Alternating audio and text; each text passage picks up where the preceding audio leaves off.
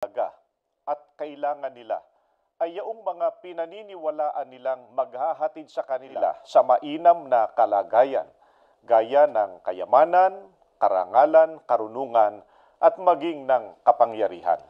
Ang mga ito rin po ang karaniwang inaakala nila na nagbibigay sa kanila ng halaga. Kaya po ang mga ito rin ang pinagsisikapan nilang makamtan. Kaya nga po mga kaibigan, mahalagang malaman natin ang mga ito nga ba ang pangunahing kailangan ng tao at siyang nagbibigay ng halaga sa kanilang buhay bilang tao.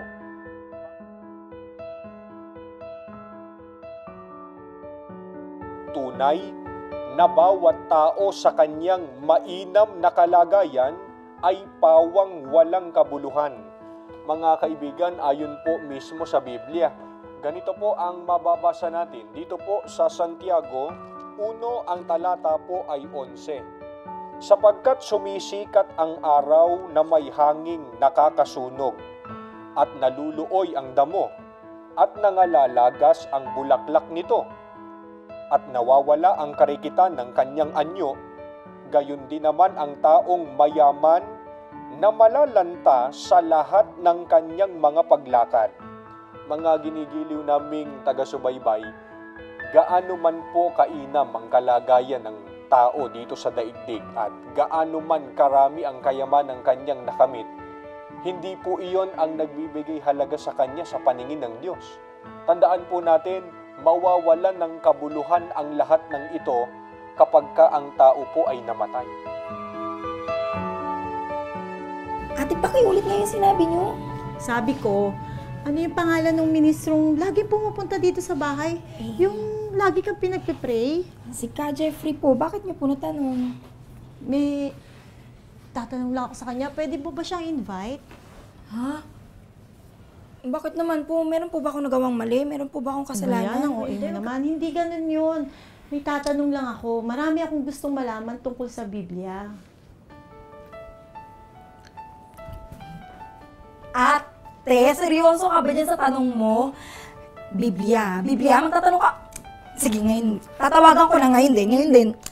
Saglit lang ate ha.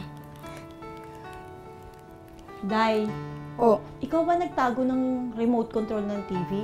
Tapos nilipat mo sa programa ng iglesia? nga po ate.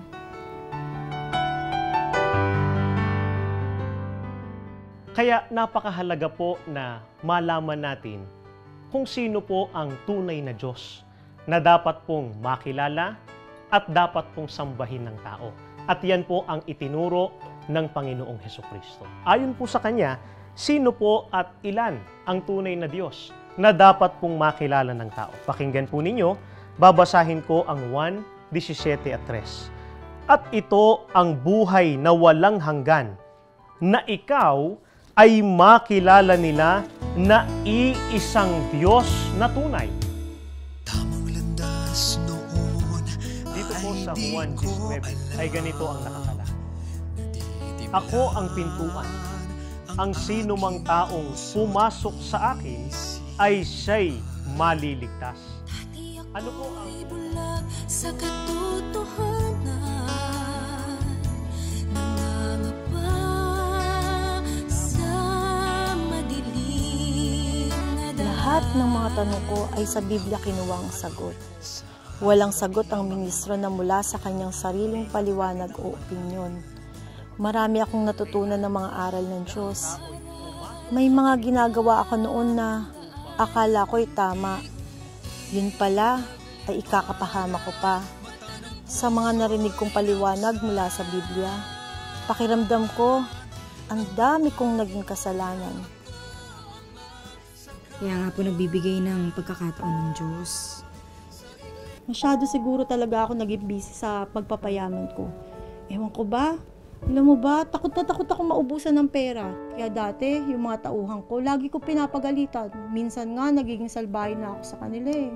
Hindi naman po kaaway ng Diyos ang pagpapayaman eh. Pero syempre, mas gusto niya na pinagpapauna siya higit sa lahat.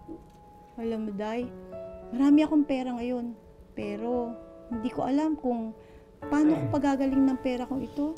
Ate, pananampalataya. Papagalingin ka ng pananampalataya.